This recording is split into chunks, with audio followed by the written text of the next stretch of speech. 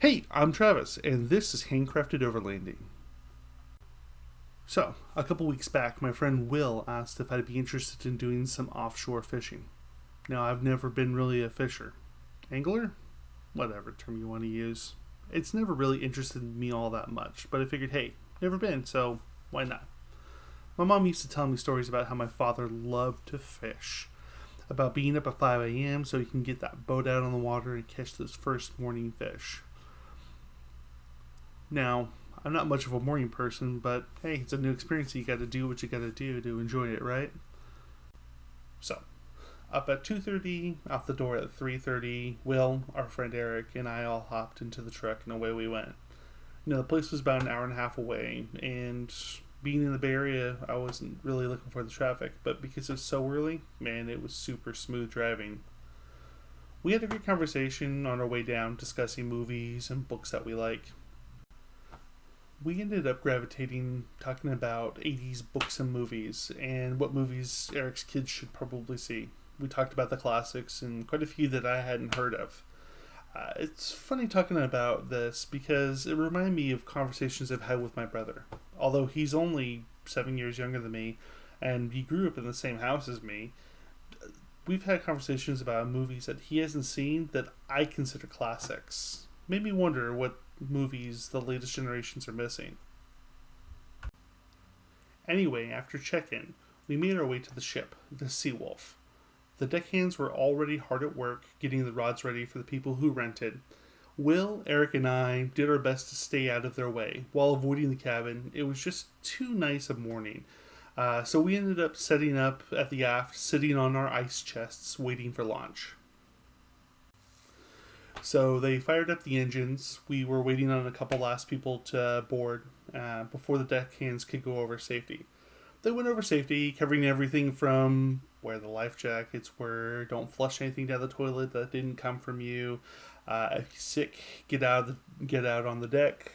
If that doesn't work, lean over the rail and chug the water. Speaking of, one of us did get sick. I'm not going to say who, but one of us did chum the water. I didn't get a video of the deckhand's safety speech. Although it was funny, there were enough cameras on the guy and I didn't really think it added all that much. So, off we go. We pulled away from the dock and started out into the bay. Now, here I thought we were on our way to the fishing spot. Oh no. We were off to the wharfs to pick up our bait for the day. The engines roared to life, pushed us through the water. The sun was barely starting to creep up and light up the sky. Really beautiful. It provided just a bit of light so we could see Alcatraz.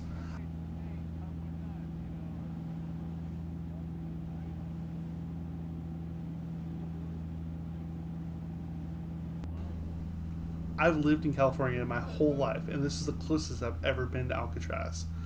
Through the fog, it felt like an impenetrable fortress, just kind of standing guard over the bay. Now,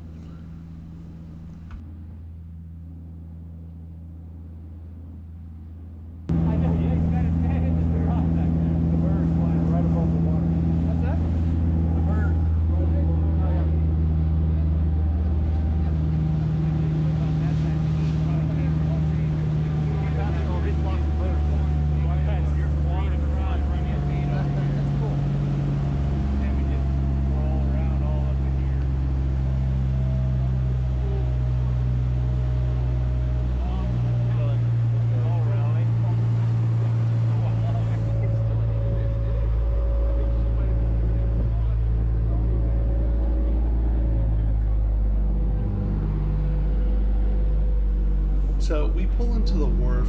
The sun's just creeping up just a little bit more, but it really did a great job of lighting up everything around us. You can clearly see the birds.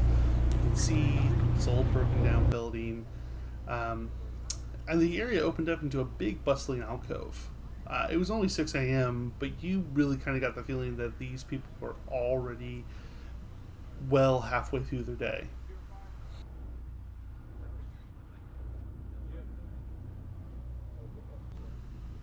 So as we pull up to get our bait, you can see seals in this little alcove just hopping about, having a good old time. I'm pretty sure that they were there to pick up any of the fish that got away. Well, after the seals, they didn't really get away too far. I don't know. It took off. Just waiting for that shark. Right. He's like, I'm tired of being a YouTube star today. Oh, there's another one.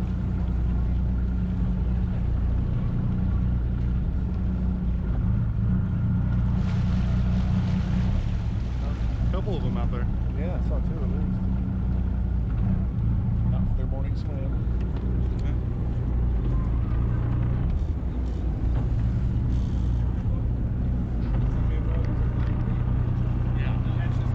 Figured I'll stay out of the way. Yeah, good idea.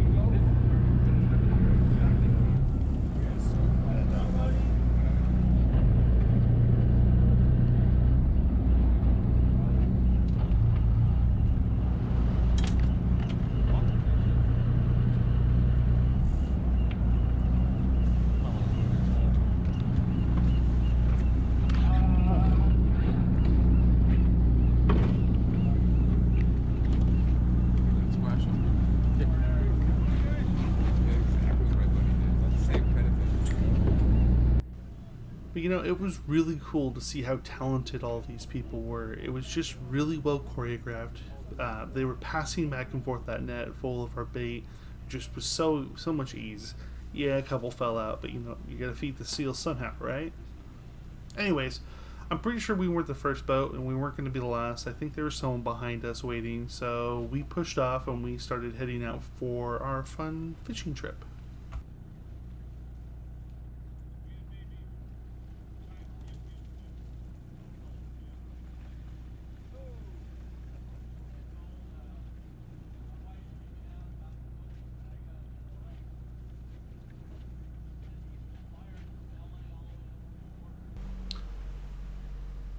So we started puttering our way back out into the bay.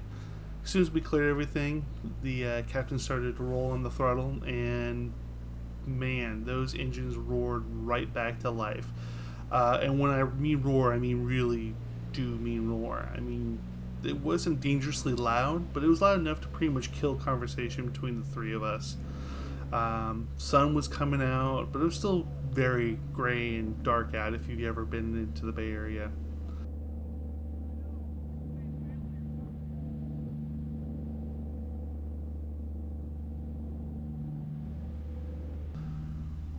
So you could barely make it out, but as we went through underneath the Golden Gate, you can just barely make out the part that you're going in. The fog boxed in just a small portion of the bridge. It's so massive that you can't even really tell from just this picture, but it really kind of felt like a scene from a horror movie. It was pretty cool. So it was about 6:30 at this point, and we were in for another hour and a half ride. Our destination was Drake's Bay near Point Reyes. Found out later that's where the fishing was. We would be catching a lot of rockfish cod. Gotta say, they're not pretty fish, but anyways.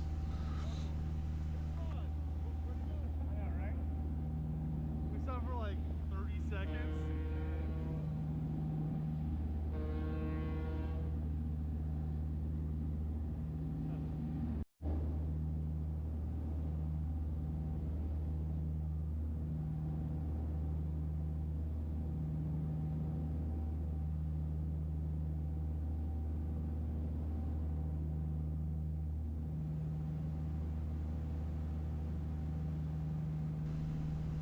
So, Will, Eric, and I just kind of enjoyed the ride, looking at the scenery as we made our way out there.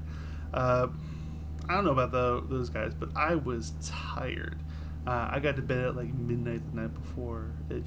I'm used to going to bed late and not used to waking up that early. Anyways, it was really kind of cool watching as the sun burned off the overcast and start to free up the sky a little bit and watch the sun peek through.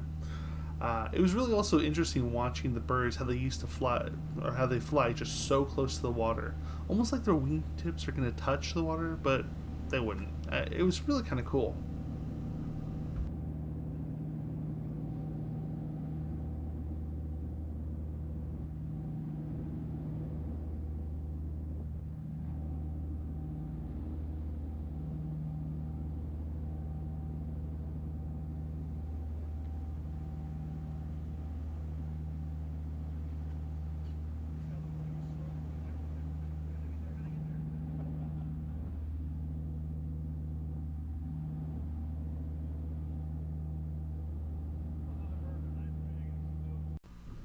So we finally get to our first destination.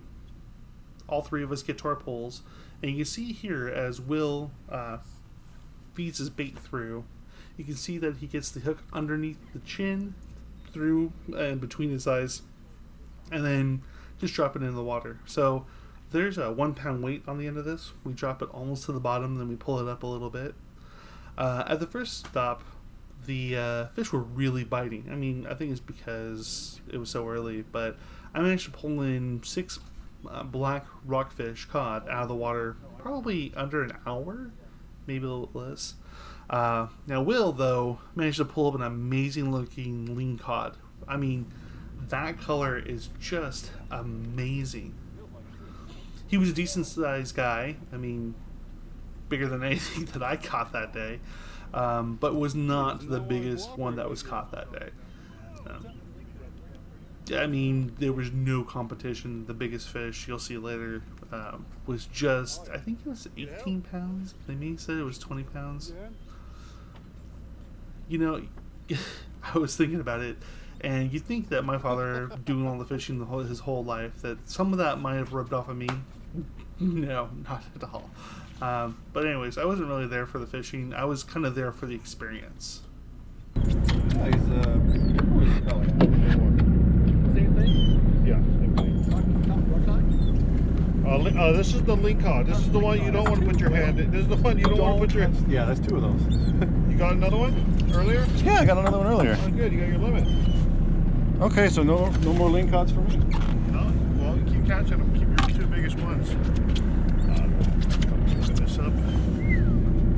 That's a guy, that is. That is one hell of a fish. Yeah. Hey, buddy.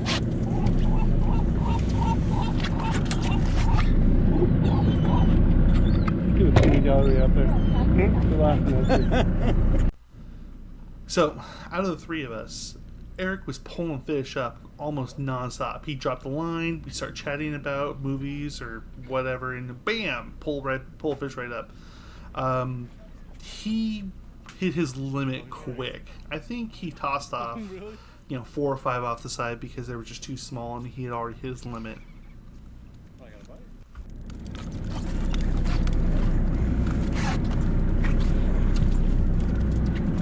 Oh, yeah. No.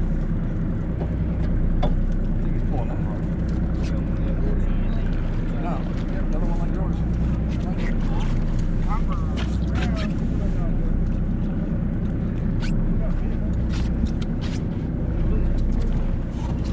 Is it really heavy for a second? Really heavy?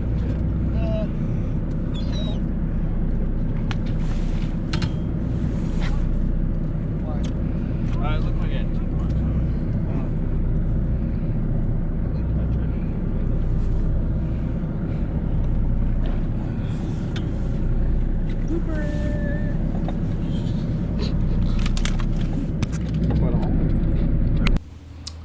So, the captain tells us to pull up our lines. I think the schools of fish probably hit it off, or we fished them out. Well, I didn't fish them out. Eric probably did. But I take a look around, and I see what I thought was fog, but no, this was quickly smoke. It's over the coast. There's been a few fires this year, started by the thunderstorms, but I wasn't expecting anything to be out this far. So, it's around this time that I realized that my stomach isn't feeling very good. Now, I haven't eaten yet today, and it's 9 o'clock, 10 o'clock, so I figured that I'm hungry. So, what do? I go grab a couple granola bars, I go sit down in the tent, because that's kind of the only place that there was to have a seat, and close my eyes and just ate nice and slowly. Did I keep it down? Well, I'll let everyone guess on that. Anyway, my back was hurting something fierce. I got a bad back to begin with, but with all these waves, I'm just trying to keep myself standing straight and put a real workout on my back. And at this point, I just wasn't really in the mood to fish anymore. Besides, I caught as much fish as I really wanted to catch, and I just put my rod down and decided to hang out with my friends. Holy shit.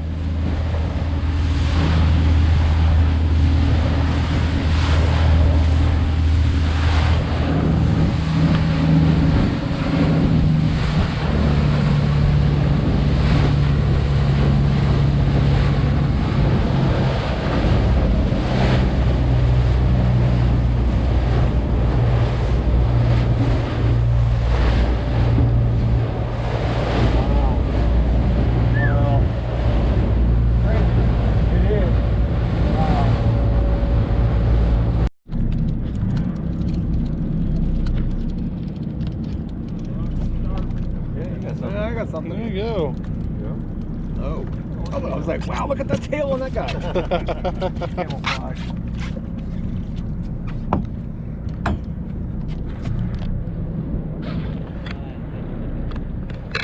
Cod galore. Come on, fish sticks. Now, if any of the kids actually say, you didn't catch any, you go, yeah? Well, wait for the video to come out. I'll just tell them about the one that the guy threw back. Here I'm just kind of playing with the slow-mo on my camera. It's kind of cool. So I'm using a GoPro Hero 7 Black, and it can record at, I think, 240 frames per second in 1080p. Yeah, it's kind of cool. I'm not going to say it's the best slow-mo, but it's still kind of cool.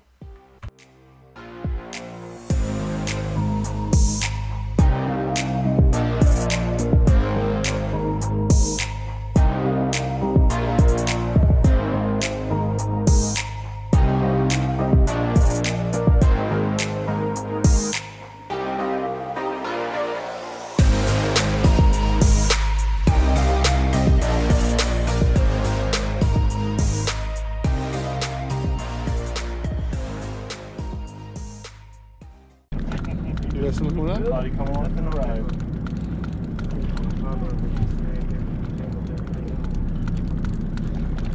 Yeah. Really? All that for that?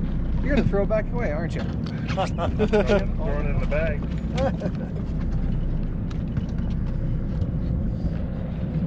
Does he make the cut?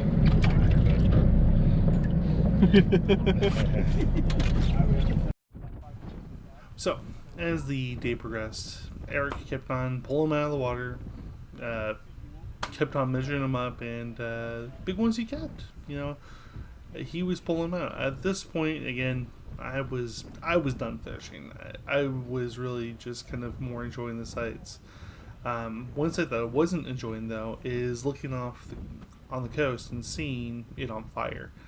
I hate to see nature on fire, just like everybody else, but, you know, just as we all know that I like camping, so this is an area that's going to take years for people to be able to camp again, and it's kind of sad.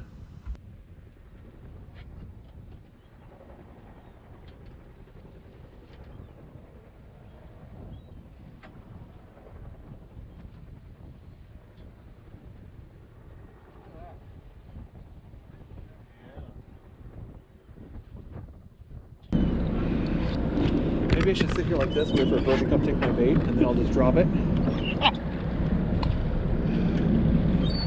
Do you think the bird has more than a pound of buoyancy?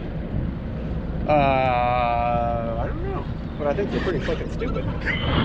So, maybe I could hook it and take it to the bottom. So, seagulls out here are pretty, I mean, they shit on you, but that's about it, right? In Maine, seagulls come in on the beach and they will, if you have like a soft bag, they will open the bag and get stuff. I mean, you've seen... That's what the crows at Camp Pendleton do. Yeah, the birds have flown away with like bags of Doritos. That's the crows at Pendleton will pick up your bag. Like at the rifle range, right? Yeah. So you go to the rifle range, you got your backpack, your Alice bag, without the frame, and you've got your MREs on the outside pockets. The birds know just over time. So they'll come in, 2 or 3 of them will latch onto a bag and they'll fly off with the whole bag. Holy and they'll cow. take it somewhere else and they'll rip it open. What? Yeah. No way. It's crows at Pendleton are crazy. You're pulling my leg. No, swear to God. I saw the same thing with seagulls out in Maine. Seth had a sandwich in his hand and a bird came in and snatched it on the fly, on the wing. And he was like, ah! It was crazy. And those things are ruthless. They get 2 or 3 of them, go after each other, just like fight for whatever that one guy took.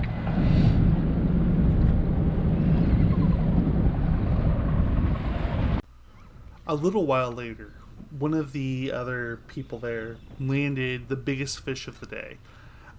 It was huge. It was a lean cod. I think the deckhands later said it was 18 pounds. The thing fought him all the way. That pole bent like I never have seen a pole bend, especially not being a fisherman. One of the deckhands hooked it, brought it on boat, and even then it was still feisty. So thankfully, a couple taps from the hammer on the head reminded him that the fight was over.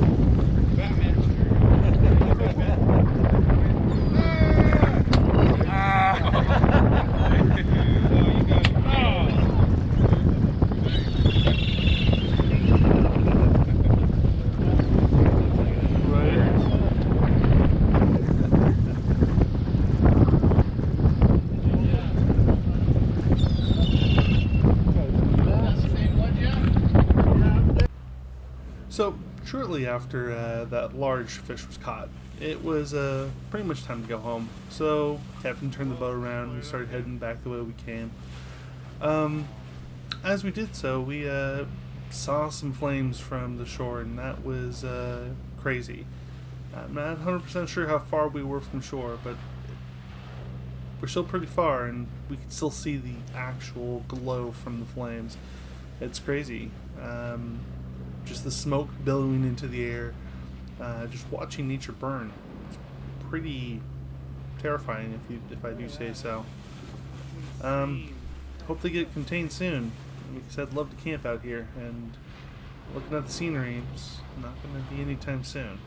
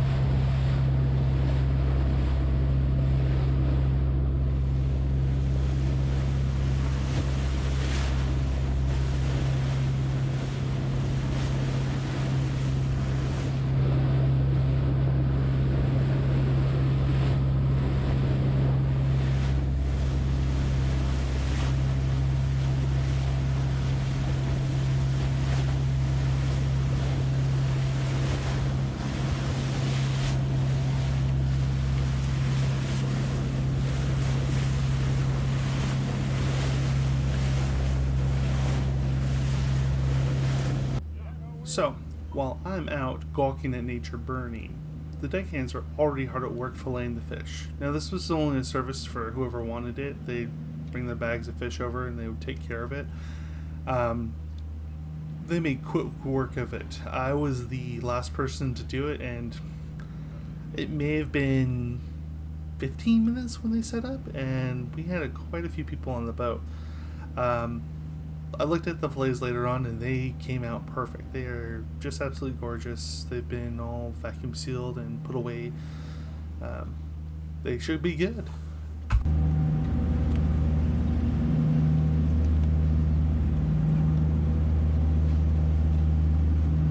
You guys been pretty short work out of that, huh? Been doing it a while. Yeah. I mean, you cut like 200 something thousand. Dang.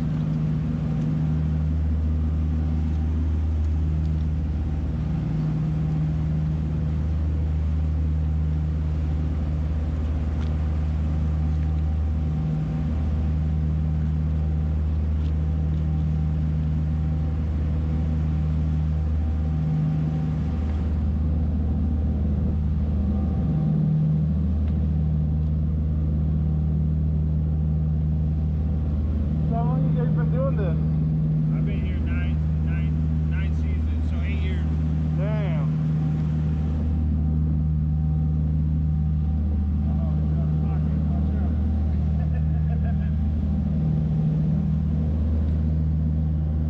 That one is gonna explode. Boom! All right. Damn. So, Will, Eric, and I are at this point are sitting again at the aft of the boat, just enjoying the ride in. We are worn out, but you know who isn't worn out? The deckhands. They made quick work of cleaning up the boat. We're not even close to being in yet, and it's cleaned. They're just doing some final touches, and I just can't believe it. I know that they said they've been doing this for 8 years, but still, they made quick work out of this.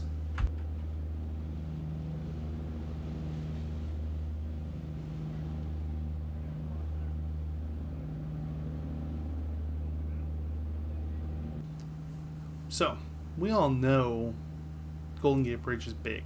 I mean, I've known it. I've watched specials on it. I've driven across it. It's big. It's just absolutely huge. But I don't think you really kind of grasp the magnitude and size of this just by driving over it or seeing it. It's colossal. And to think, this thing was only built in 4 years, back in 1937. It's gorgeous. It's a feat of engineering. It is absolutely monumental. And driving under it is just an experience.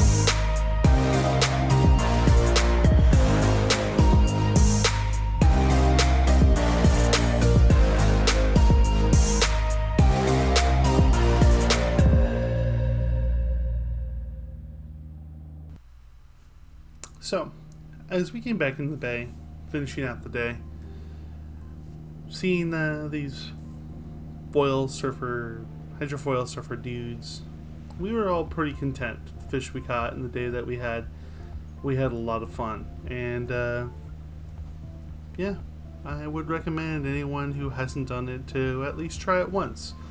You never know what you'll find. Probably catch some good fish. Definitely have a good story to tell. So, after saying goodbye to this hydrofoil surfer guy, and one more look at Alcatraz as we cruise on by, we'll wrap up the day. And although we have a 2-hour drive home, and we're tired and we're sore, I wouldn't trade it for anything. Thanks for watching. Take it easy.